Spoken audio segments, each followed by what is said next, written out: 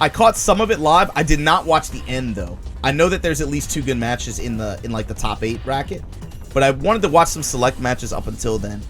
Let me see where this is. This is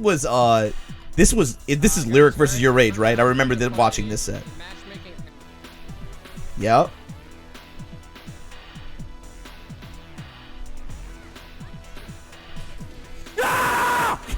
Let's go. Okay. All right, that's pretty good. The slides. Oh, you gotta block low Lyric. Chat, I suck. The thing is, like, even just being self-aware at that point, so like he got a little impatient there, right? I thought I direct impacted, but I didn't have any, bro. It's my fault. That's my fault. Direct impact. It's cool too because even at his level, you can tell like he has like some understanding too. You saw like sometimes he would I forgot, you don't want to pause it too much. Twitch, like come on, bro, this is insane.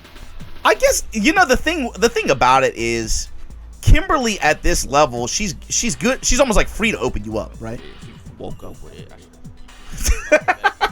It's not that bad. It's not that bad. The fucked up thing is the way Your Age is too. Like that shit, right? He gets in his own head. He's like yelling at himself and shit, you know? You gotta just be like, yeah, you got me. Let it go. And that's the thing, it's just like, man, it's she feels like low return for Modern with this way, but he's making it work. He got the flip going. Cross up and then go slide. He's got a basic mix on Waco. But that's not necessarily something that a beginner. Oh my fucking god!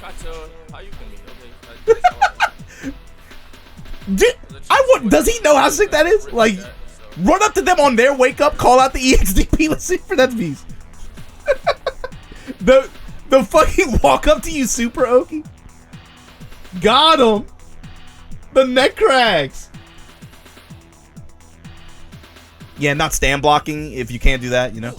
Oh, mash through the armor. Damn. Even that, the fact that he's actually just vibing out in mid range like that, just walking back and forth and just blocking, waiting for a change up. He played this really well actually.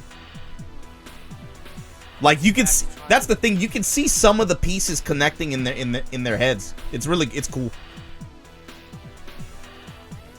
Oh no, Rage! You gotta punish. Oh, lost.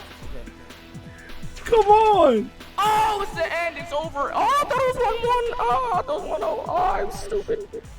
Oh, I thought it was 1-0. That was a really good set from him. I thought he played that really well. Oh, this one, yeah. I think Geef is a really undervalued pick in a tournament like this. Reason why is because, first of all, not that popular. Second, he's not like that well known anyway. But then, like, he has very strong tools that that require knowledge. Forward knee in the light SPD, running bear grab in particular really paid off for Yasuo. You can tell his entire game plan in a way was kind of built around it. Yeah, this set was fucking insane.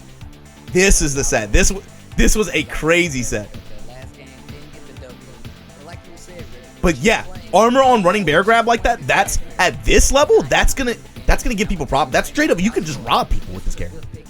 Stand heavy punch, he knows to go to it. That's a huge money button in a tournament like this. It's also too, you gotta think about it this way, like, even though Modern has auto combo, you know, like you still have to get the hit to do damage like that, right? This is just like, no, bro, just like literally just run up to them, hit the button, and you're just like, here's 30% chunk. And then, you know, like the concept of command grabs and situations where you have to guess. First of all, that's knowledge checks, right? And then the other thing is too, that's frustrating. Accepting that, like, there's no, like, the counterplay is literally a guess in some of these situations or whatever, you know, if you can set up for it correctly. And then the way he does it too, yes, like what he's doing, he's not jumping, he's not doing anything crazy like that. The fact that he was just walking forward and walking them down like that, that to me was like, okay, this dude knows what he's doing. That's good shit. That's good shit, especially at this level.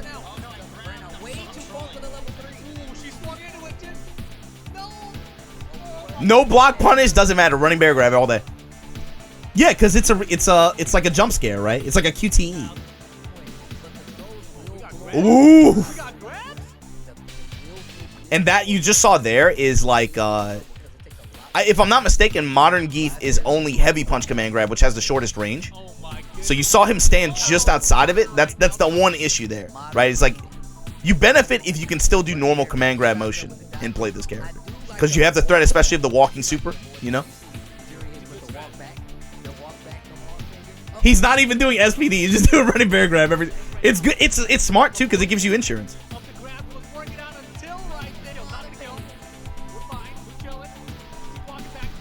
You parried the whole thing. You parried it. Good. Now, oh my. The fact that he parried, waited for the DP after, and then just like, all he had to do just press anything there. But this match stood out in my mind as like, this is also just the nature of like tournaments and just how things go and how momentum works, you know? Air SPD got that. It felt like Yasuo had so much momentum and then Crusader just slowly started to adapt, started to react to running bear grab, punishes some openings a little bit better, and then look. Air SPD is busted in Modern. It's like the strongest thing is really just the fact that you just have instant super, you know? That's something that usually you have to put in a lot of work to do, but the fact that you have that on deck at any time, that's where it gets really stupid. But yeah, Air SPD is really good too. You saw him just do it just off the ground just there.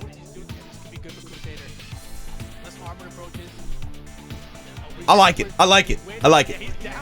Even though you're at health deficit, do this for a little while just to see what he'll give you. See how committed they are.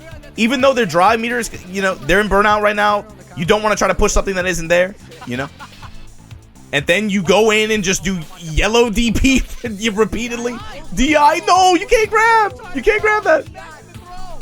And he's already back in burnout. Oh, back. Oh, you're good. You're good. You're good. Bro, walk up DP on their wake up? Walk up EXDP on their wake up for the game? For the round when you put everything on the line for that? Close set that he almost gave it away, but that was good to close it out. But it's cool just because you got to see adaptation, counter adaptation, you know? Even at this level, the Hondas, man, they're out here, bro. Like, they were ever-present threat in this bracket. There's some characters that come out in some games where this might sound weird, but it's like when you play a match against that character, you playing a different character might have to be way better than the other player. You might have to outplay them in a huge way just based on character choice. I think Honda is kind of like that in this game, where especially at this level, you could just start with just headbutt, you know? Start with headbutt. Although there is counterplay to it, think about what that those counterplay options, just think about what some of them are, right? Maybe your character has a normal that can snipe it if you can react quickly enough, but he's very fast. Maybe you can dry parry it, but you have a small window to perfect parry, and then you're not going to get high damage. You're going to most likely fish for either a corner carry or a knockdown. But the thing is, like, they'll just jump at you. They don't care. They'll just do it again. You got to think about that, or jumping and then coming down with a button. But maybe some characters cross-up buttons are better for punishing that, regardless of what side he recovers on, than others. And even then, that still requires a little bit of finesse and spacing. The point being, in order to execute those counterplays, requires great effort, finesse, and the margin of error is very thin. Because this character has high damage, he's a very punishing character that has high reward for low effort gameplay and execution. He forces the other player to be much better. And he's also simple. It's not like he has a ton of attacks or anything like that, so there's not like a lot of like fog there, you know what I mean? I loved how it played out to where the Hondas were there doing their thing, but the players who put in the grind were able to overcome that challenge. You know what I mean? That's what I thought was really cool about the way it played out. What's important about this match, what I want you to pay attention to, I remember watching this live. Watch the facial expressions while they play. I love the whiff command grab in neutral. Right off the bat, EX headbutt. Using stand medium punch too. He's smelling the game, basically, yeah. That's the hard part about Luke 2 is the threat of EX Fireball. EX Fireball with the follow-up. I mean, best Fireball in the game, you know, next, like, probably next to or compared to DJ, I think is probably the next bet. But, the fact that at will he could just win a Fireball war like that, and if you know that, you can take advantage of that. Securing the full screen knockdown like that, that's a big deal. Yeah, but I give DJ the nod because he has like 4 different types of Fireball, and one of them is a feint, you know? The fact that he can do more with that move, you know what I mean? Yeah, Blau, can you get past the Sandblast? Can you get past the Sandblast? Don't let them escape. Okay. Combos. The modern Hondas. Man, and it's like if he has like one more thing too, you know, like he's doing chain combo and it's knocking them back. That's good, but it's like, imagine if he knew just like stand medium punch hands, or it's like stand heavy punch. You know, I don't think I've seen him use it yet. Just imagine if he had that one more thing. You know, this is the messed up part. Is like we're rooting for the Honda here. There's, I think like half the bracket was modern Hondas. He was the only one that didn't spam headbutt and butt slam. Well, I mean, the thing is he can't because of the way Luke is. You can do butt slam, but I mean, you can't do headbutt full screen over and over again if he has Sandblast and if they're using it, you know. Yeah, take the chip. Damn, he's about to steal this one. 1, 2, 3. I like the patience though. You have a lot of HP to give. There you go.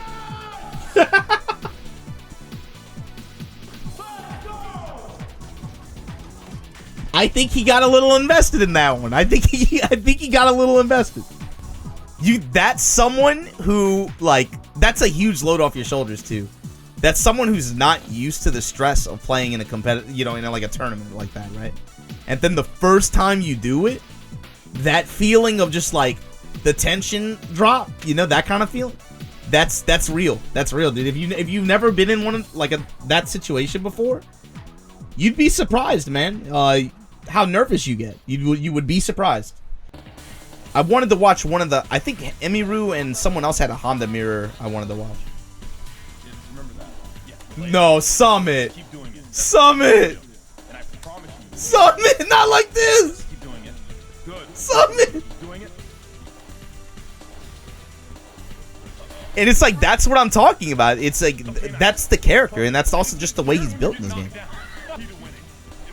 game. He's not wrong. It is with the way they made it in this game, it is a win con. Especially at this level, because again, remember what I was saying about headbutt before? The same applies to butt slam in this game. You have to go through great effort to find those solutions, and it's not that there aren't solutions. The problem is they require finesse and precision. And it's a very thin margin for error, and the reward for him, even if you fuck up a little bit in the trades, it's usually in his favor. You have to drill that shit too. That's kind of what I'm talking about. It's like, for week 1, this strategy, yeah, fuck it, run that shit. It's gonna be way easier for them to just get shitload of damage and just steal the round than it is for me. But you have to accept that at the onset. So you try to outplay them in other ways. That's just a thing with some characters at certain levels of play. S-Fan, bro, like he knows what he's doing. Jake, the thing is, Jake put in super grind for this. He's done it every time, every AT&T Cup. What was cool is seeing like them boot up for like 10-12 hour streams.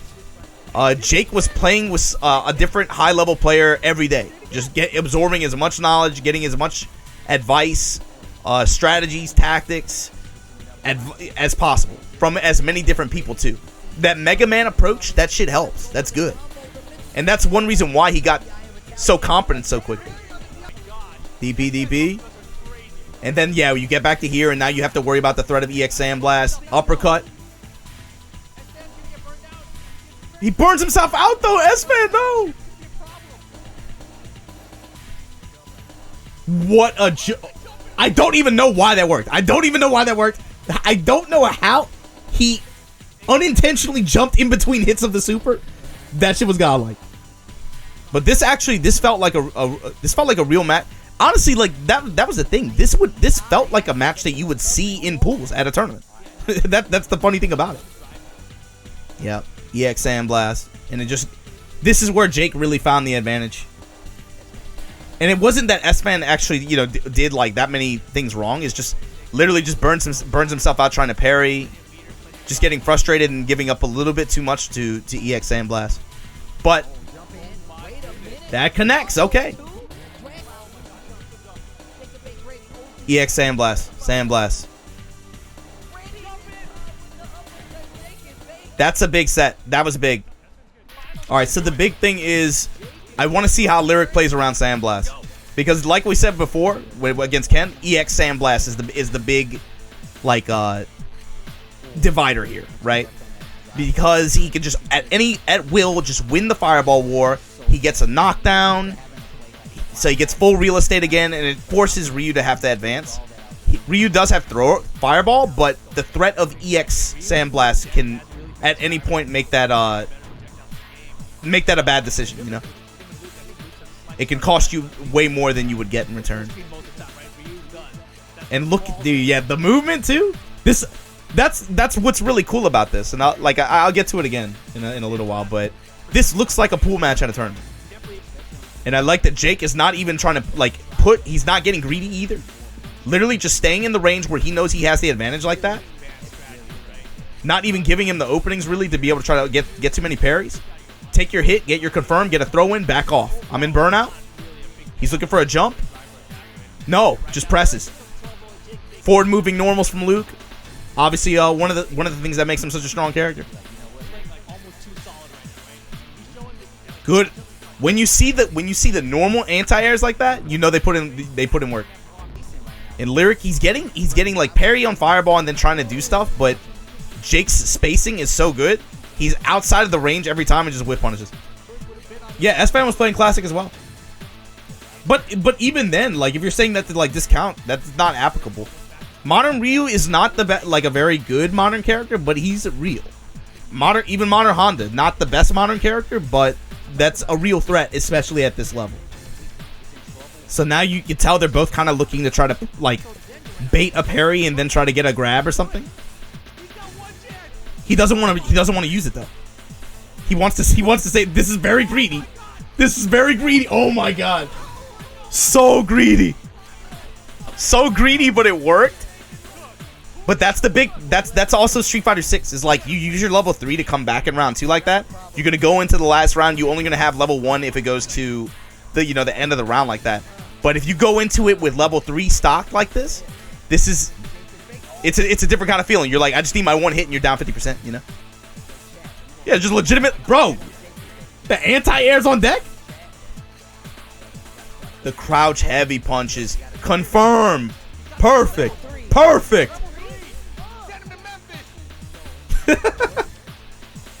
Jump in. And at this point, you have the advantage. Go back.